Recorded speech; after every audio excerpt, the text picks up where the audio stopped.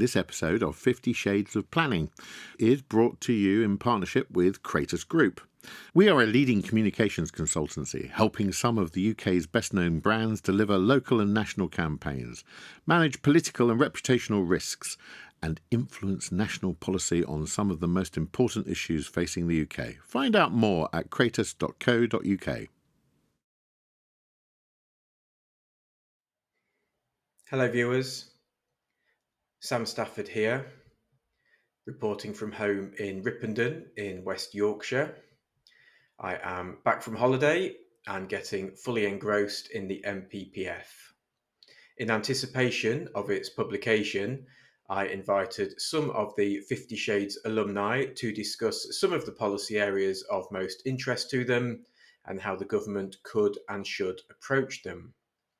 8 conversations were recorded, elements of which you might have heard formed part of episode 128 of the podcast, but I am publishing them all in full here on the YouTube channel.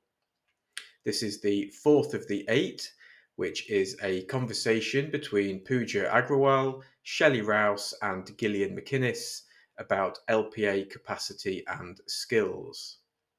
Pooja is CEO and co-founder of Public Practice. Shelly is a principal consultant at the Planning Advisory Service, and Gillian has her own consultancy and acts as a trainer and interim manager in the public sector. Their conversation takes in, amongst other things, the role and value of planning relative to public trust in LPAs, the importance of positive officer-member relationships, the influence of capacity and capability in other disciplines and other areas of government on the planning system, recruitment and the link between LPA performance and a reliance on agency staff, and joint working between LPAs. Enjoy. So we're here to talk about planning capacity and skills. And we thought we'd start off by zooming out a little bit more about what Labour's plans are more generally. And I thought what was quite interesting is how they're positioning themselves much more interventionist, perhaps, than we've seen in recent years, whether it's their approach to GB energy or sort of having more control over the railway.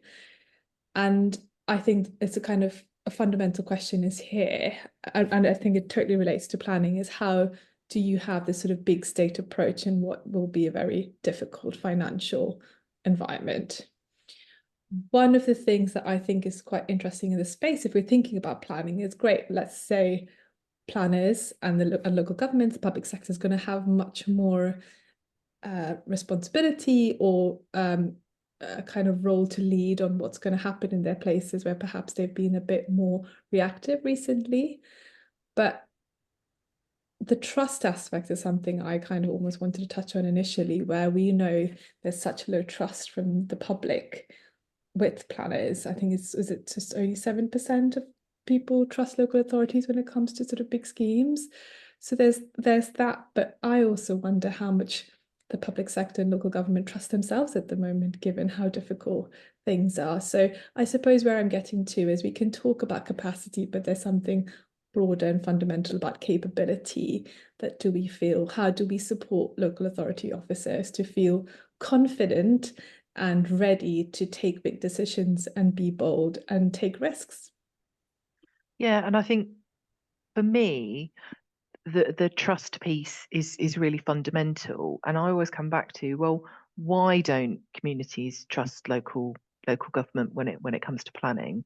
And I think it's the age-old adage of people don't object to development, they object to the impacts of development. And we talked about this many times on this podcast, in the sort of cart before horse, homes delivered before infrastructure, or what was originally proposed in the scheme doesn't come to fruition. And I think that is the root of distrust that comes from the population. So I think if we're getting more sort of state interventionist, particularly around affordable housing, which appears to be the mood music, it's breaking that cycle of what causes the lack of trust, that I think will be a really significant benefit going forward.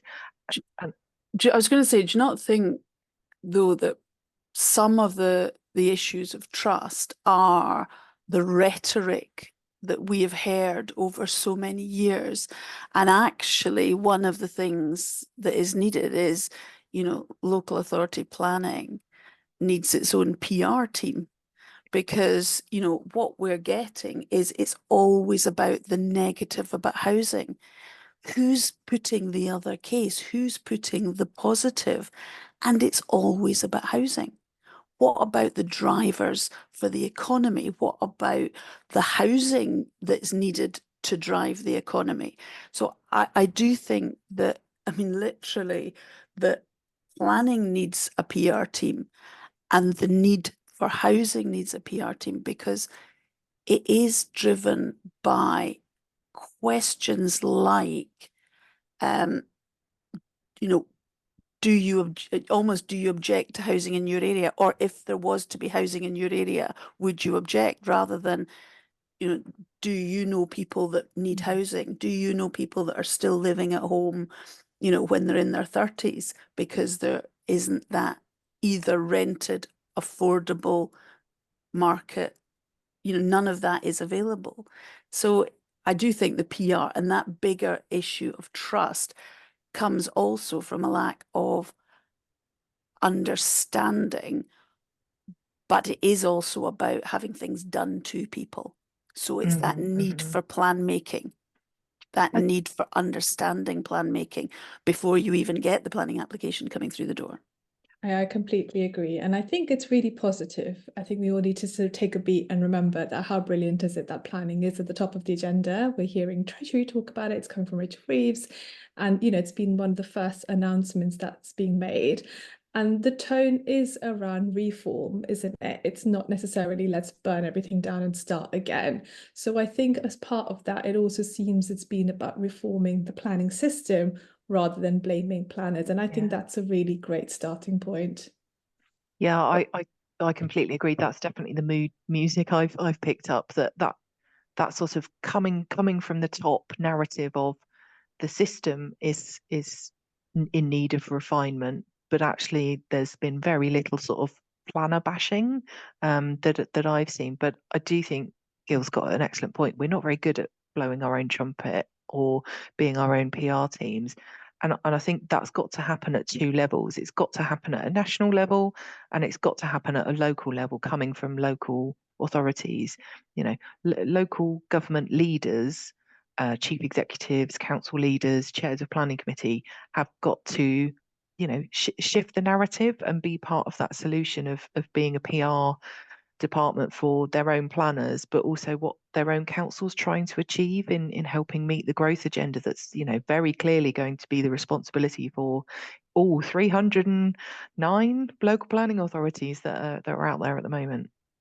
But also it's that bigger picture stuff as well, isn't it? Because it won't just be, in terms of skills and capacity, which is a bit of a focus for us, it won't just be those in those local planning authorities that we know now. It'll also be, what is this regional approach going to be? Who's going to be involved in that? The combined authorities, what is their planning? What will their planning needs be? And all of that is going to require a professional planning capacity. But it's also about more than the planners. It's also about all those that are needed for the wider built environment, which I'm sure Pooja is very much, up your street in terms of, it is about those urban designers, it is about architects, it is about highway engineers, conservation specialists, ecologists. I could go on, well, I will go on, because I think, that is the difficulty. It is a need to resource the wider system, because just putting in 300 planners is not going to do the job. Shelley? Well, I would just quickly add to that list of people that have got the skills for delivery of big infrastructure projects and big energy projects. Like, the NSIP skill sets are in very, very short supply up and down the country. Yes, and I think that, some of the things that we've seen is, lack of water capacity. Who's going to be planning and delivering those reservoirs, or, as you say, other major infrastructure. So it is the broader system, and it's how we get to a position of being able to address the capacity and skills in the broader system. Where are the people going to, where are those talents going to come from? Absolutely. And I think this links to everything we're talking about, is firstly seeing planning as being strategic and a longer term aspect. So we're thinking about net zero, we're thinking about places, we're thinking about urban design, and therefore attracting those multidisciplinary skills. And I completely agree. It's like, at what level are they sitting? And therefore at different levels, you need very different skill sets. And for me, those 300 planners, how do we define planning, right? That's the kind of bigger question here. And I think that, the kind of bigger place-based approach, and we talked a bit about this with the planning theme, with the placemaking theme as well, is those urban design, master planning, infrastructure, sustainability, landscape, biodiversity skills. And we do a recruitment survey and skills survey every year. And what we're seeing is authorities want all of those skills. That's their top desire, but actually they're all planning to recruit planners and DM officers, because obviously we see a huge fundamental backlog there. So that, I think, is a really interesting challenge, is sort of shifting that culture and mindset about the short-term issue versus that kind of longer-term strategy. And then a little bit about our experience of public practice. A lot of what we're doing, we basically are attracting people who've never worked in the public sector before. And when you talk, Gil, about the PR aspect, we do a lot about those role models, about people coming from very, very different backgrounds and working in housing delivery and working in transport planning and working in infrastructure and all of those aspects. And for me, there's a little bit potential concern where at the moment everything is linked to housing delivery. And I totally pick up your point for that need for larger skills, communicating the larger impact we can have as planning, and therefore then being able to attract them and place them in these interesting strategic roles. I do think it will not be possible to achieve what appears to be the government's broader objective on delivery, not just of housing, but, as I say, of the infrastructure that the country needs, without changing the view of working in the public sector and attracting those in the private sector into the public sector. I mean, there is obviously that concern of what I mentioned was the broader strategic roles and the different jobs, the task force, and all these different elements that they are referring to as being something that they want to do. Where are the people coming from? Because if they can't come out of local authorities, because if they do, there'll be nobody left in the local authorities to do those jobs. Shelley? Yeah, I mean, I don't, obviously we don't know who is part of the super squad, but I think that recruitment exercise has happened, so it'd be really interesting. I highly suspect that a significant proportion of them will be coming from local government. So it's, how is that solving the sort of wider problem? But I think the issue I wanted to kind of chip in is it's similar to what public practice is achieving. And what Gil was picking up on about getting private sector individuals who've never worked in public sector into public sector. I would add to that I think Pathways to Planning, the new graduate scheme, feels almost the step before that. So getting people who are just leaving university to consider a career in local government, let's snag them while they're early, type thing. And that does have kind of longer term retention benefits. People who start from uni do tend to sort of stay in local government for longer. And it's about getting people who don't have necessarily the usual skill set. So coming from a broader degree background where like you said, the need for all those different skills like ecology, design, national infrastructure, but councils are only recruiting planners. Well, let's start recruiting planners that have got an interest and skills of those different things at a degree level. So, we've got people on the scheme who've got a degree in data scientists, it's data demographers, history, politics, art and design, music. So coming with a really broad skill set. But they've got the core attributes, they've got the ability to problem solve, they've got the ability to analyze significant amounts of data, be the negotiator, be the cajoler. So I think we just need to expand our definition of, what is a planner, what are their core kind of attributes. And, there are lots of people out there. We've had over 2,000 people apply for essentially 100 places. So once you tell people how great planning is, there's an appetite out there for getting into the exciting career. We just need to make sure we've got the places for them. I completely agree, Shelly, and that very much echoes with our experience. So with the associate program specifically, it's that mid-career, so sort of 30 to 55k minimum, sort of 3 to 5 years experience. And our last round, we had almost 500 people applying for what would end up being a cohort of, say, 25 people. So the people are there, they're really interested when you get the right people.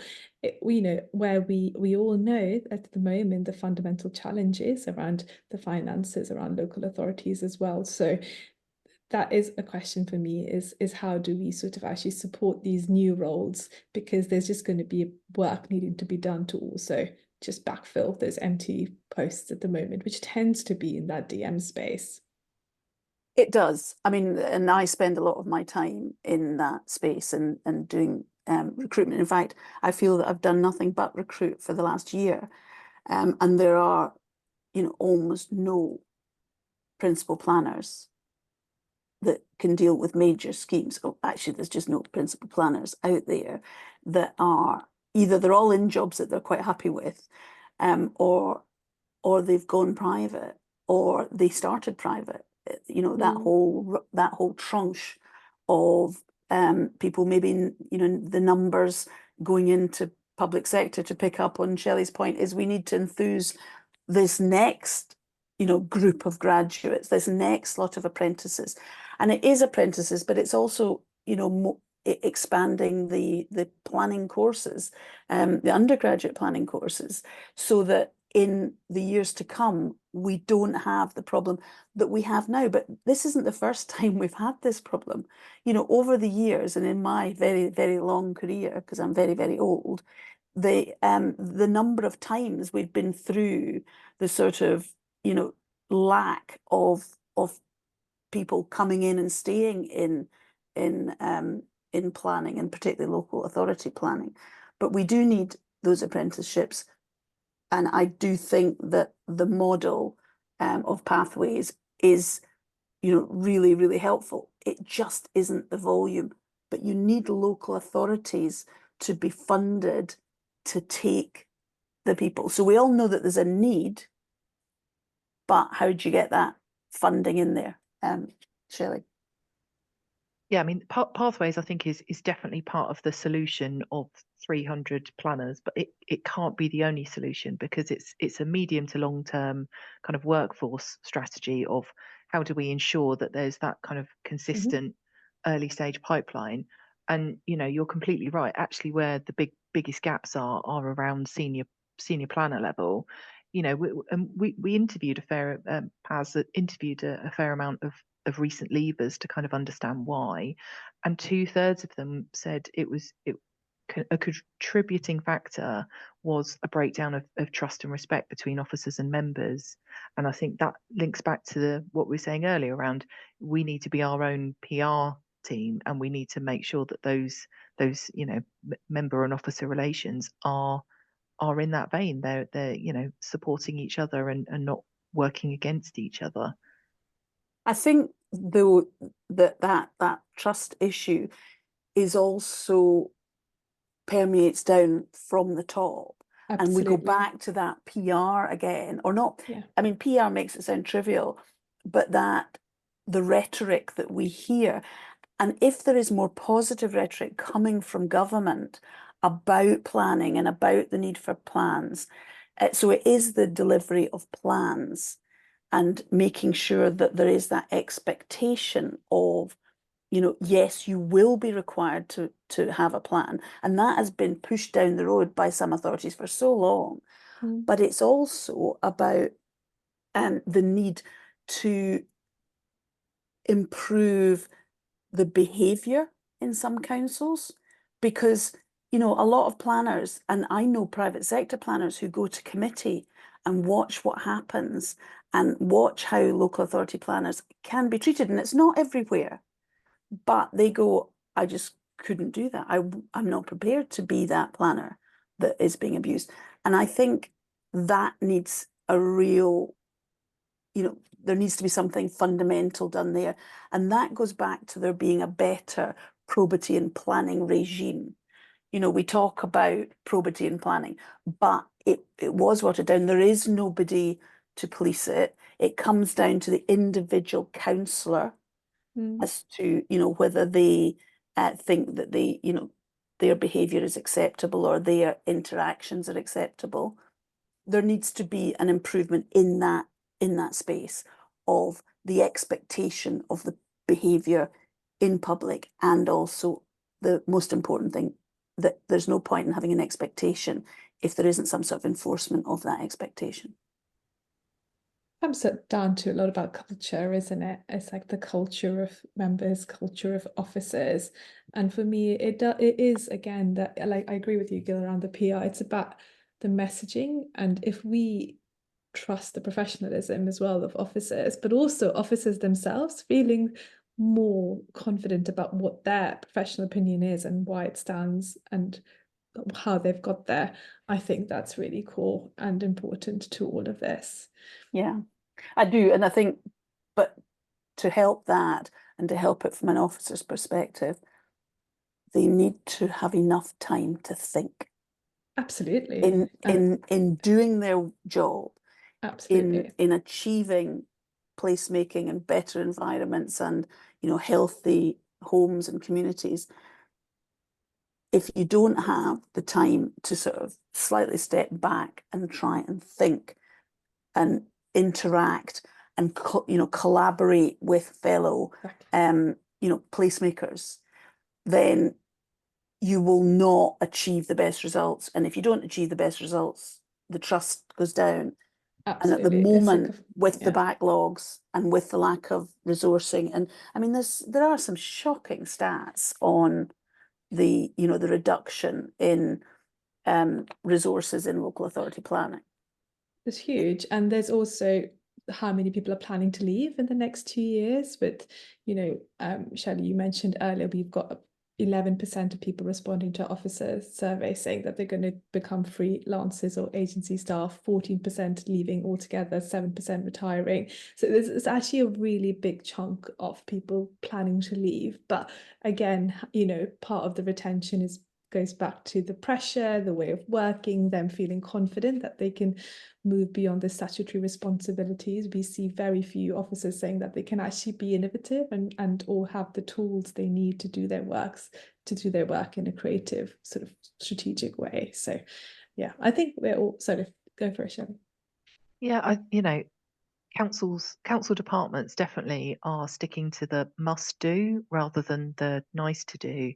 And we see a reduction in councils even offering a pre-app service, because they're like, no, we've literally got no free headspace. All we can do is do the mandatory stuff where process the applications we're receiving, and that's it.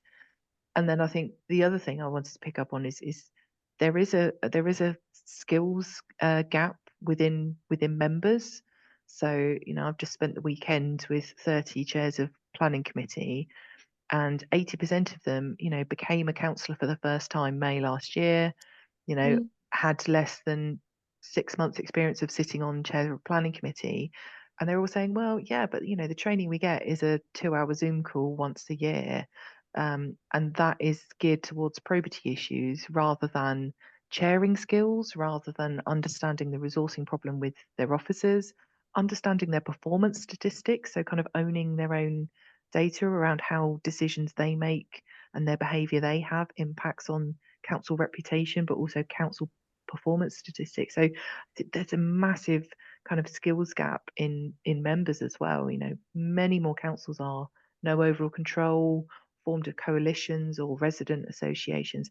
And, you know, lots and lots of councillors never been in local government before and have come from a kind of anti-development, you know, protesting position to suddenly being in charge of the local plan and planning decisions. So I think there's a need to recognise that, you know, that part of local planning authorities also needs some attention, really. Yeah, I definitely the issue of training councillors and having them understand the broader picture. And there has been, I would say, in councillors, a greater churn than you would have found 20 years ago. You know, when you're you know, through my working life. And I do think that position of coming from being, you know, on the barricades in relation to anti a particular site or anti-development in an area means that does become a very difficult relationship. So the more that the LGA, for example, can assist and put into that, the better. And I think then it does show how important it is for that the government create a performance regime that that drives forward improvements and also retains the focus on resources for local authority planning. Because, and I do think I do a lot of work with authorities that are having issues, and you know, I get that through the fact that they are failing in one or more of the existing performance measures, and so it does drive the need for improvement. But those performance measures, I would say, do need reviewed. They definitely need to exist. And if you are, when I go into an authority, I find out that often the corporate centre has no concept of the fact that the planning service is in trouble.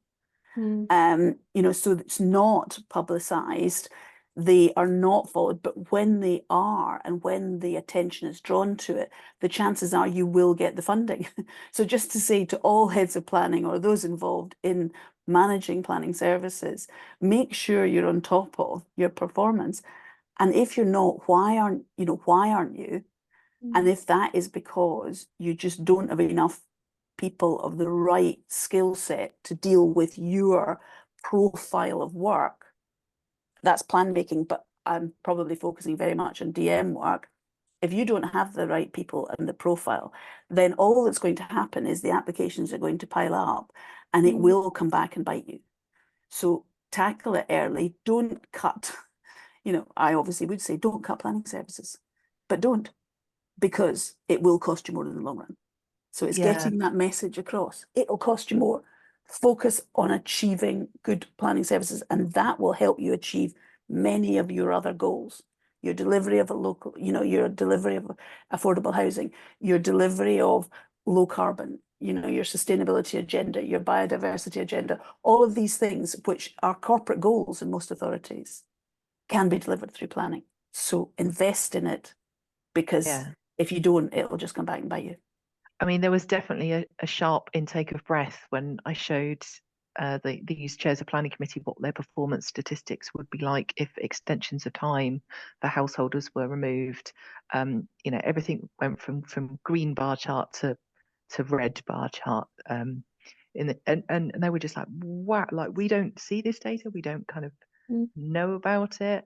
You know, I think also maybe we can pick this up in a bit more detail, but I definitely see a correlation between authorities struggling performance-wise, even with sort of backlog clearing issues, and the reliance on agency staff or contractor staff. Appears to be quite a big correlation between poor performance and a kind of higher reliance on that bought-in resource. Now, I personally think actually buying in resource and having sort of agency and contractor is part of the modern way of working and part of a modern planning system, it's just, where's that sweet spot? Where's that sort of tipping balance between sharing skills, or having skills on a short-term basis for a particular project or to share across authorities, and that sort of tipping into a kind of just reliance on it as a sticking plaster. I think we've seen with the agency staff is the amount of money you spend on agency staff, and I completely agree. Sometimes you do need that, and you need that sort of short-term dealing with the huge amount of backlog. But there is this need for that kind of longer term people understanding their places better and building that in-house capacity that I always think that is that medium to long term aspect. And if you see that similarly with your investing in the longer term staff retention, actually in the longer term you do save money rather than spending on agency staff, which I think is really important and comes back to a little bit about the culture and seeing a part of a bigger organization and how you work together. So I think that's a really interesting thing, to find the right balance between bringing people in, the implications of cost versus building that longer term capacity in-house. So one thing I'll start off by saying is it's better to have agency staff than to have no staff. And I have known local authorities that have said, well, we don't like having agency staff because some of them aren't very good, and then they come and then they go, and we've done all that time training them, and there's a really negative, vibe about them. But the ones I go to authorities that are failing, and many of them haven't recruited temporary staff, and the work just piles up until they then are under this crushing weight of the work, and then they then leave. So it is essential to have that agency backup. I do think, to pick up Shelley's point, I think there is real benefits at times to bring in specialists and to bring in people. If you don't get a lot of major applications, why would you have a major strategic sites planner, sitting there? So you might want to bring somebody in, hopefully to work with somebody in-house to upskill them. But where it is going wrong is the fact that you might end up with a whole, almost a whole team of temporary staff, for example, doing strategic sites and major sites, because we can't recruit them. Why can't we recruit them?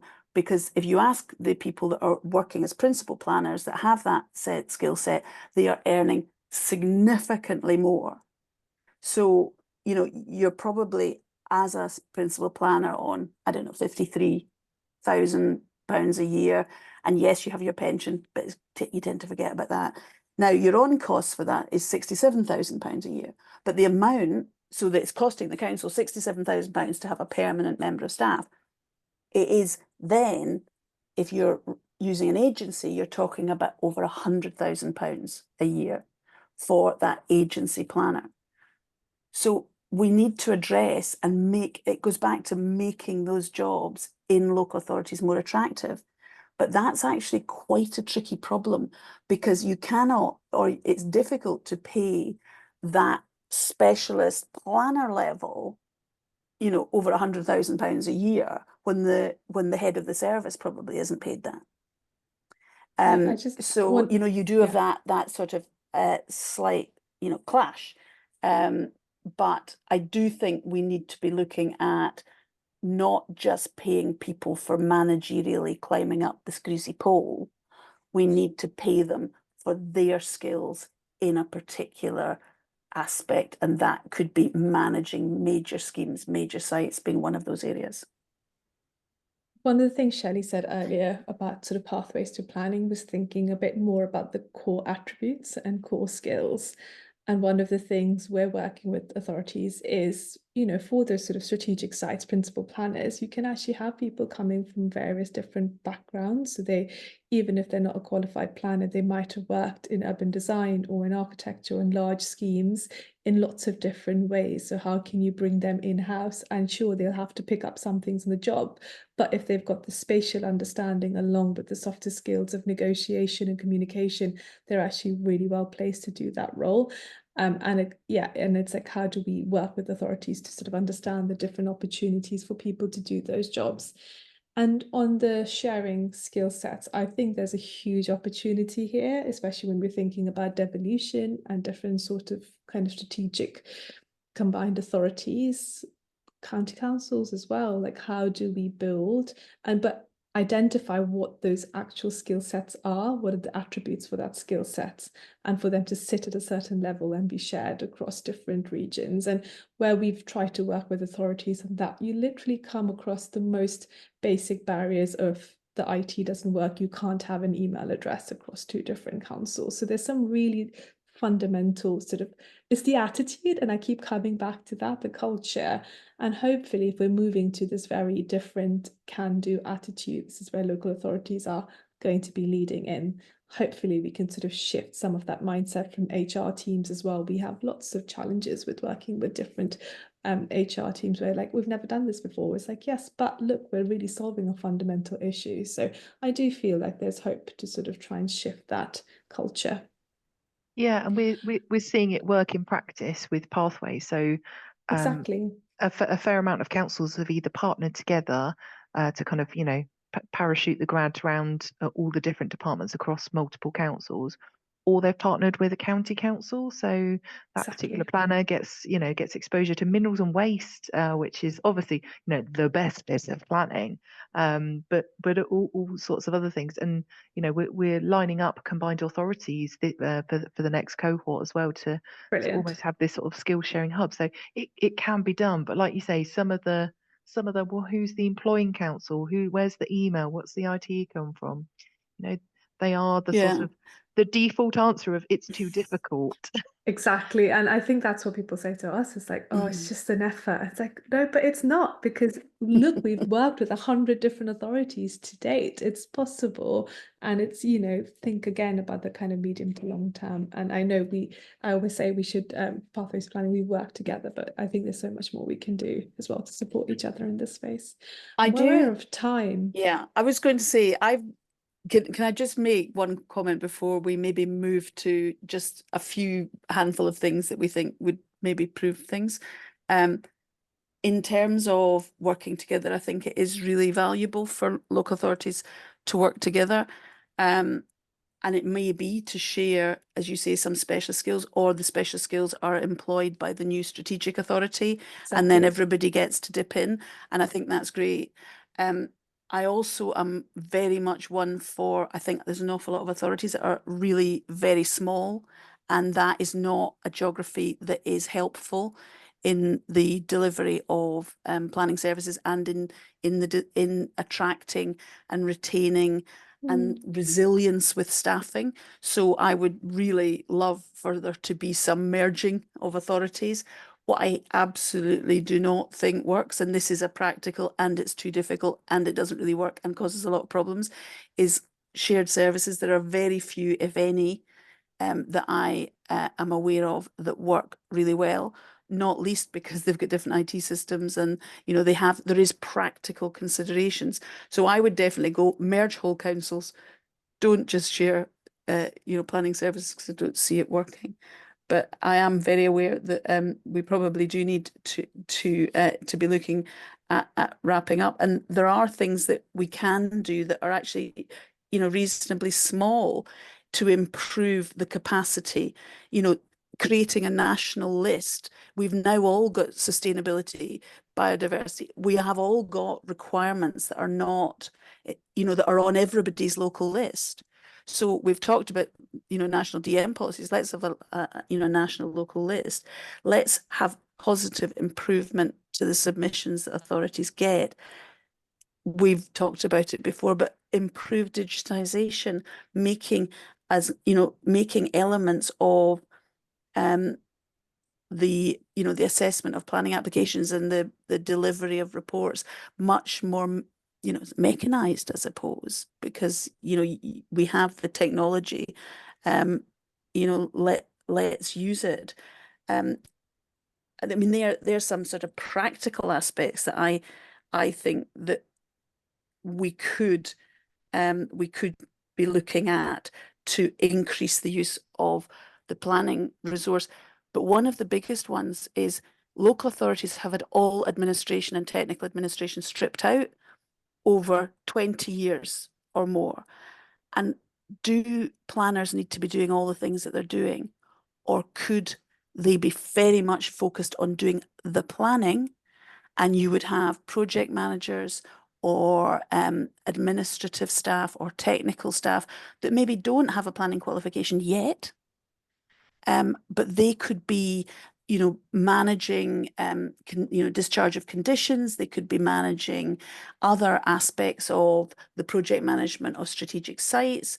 There are other ways of doing things, and, bring in people as that support and backup, because a lot of them have been taken out a long time ago, and they don't cost as much, and they might be the planners of tomorrow. Shelley?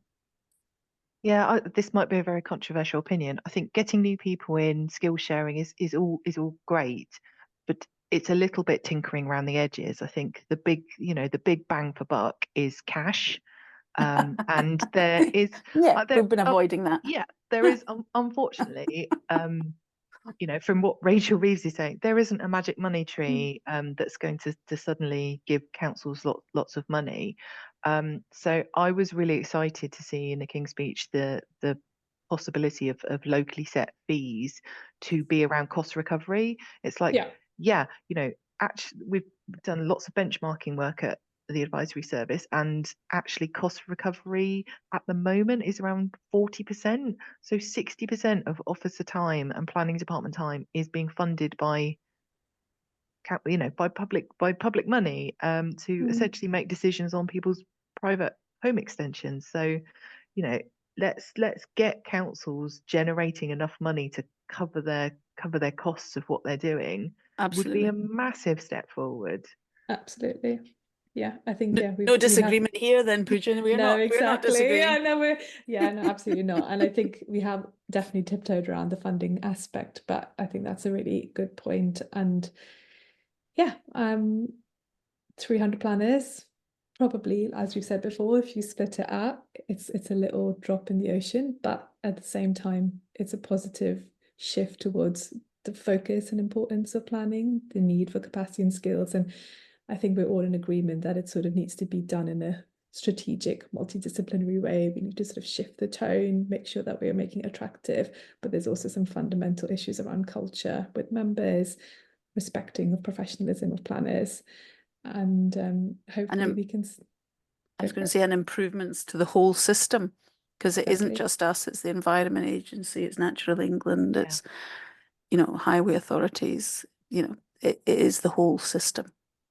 I mean, my plan for 300 planners is Pathways will do 100, public practice, Pooja, you can have 100, and then 100 will come from having, properly funded council departments with properly, set wages, and we'll get 100 back out the private sector. There you go. That's 300 extra planners done. Nice way to end there. Hello, viewers. Sam again. My thanks to Pooja, Shelly and Gillian for letting me share that conversation with you. I will put a link in the description to the Pathways to Planning programme that Shelly mentioned. Please do have a look at that if you are not aware of it already. Look out for the other 4 videos in this series, which I will share on here in due course.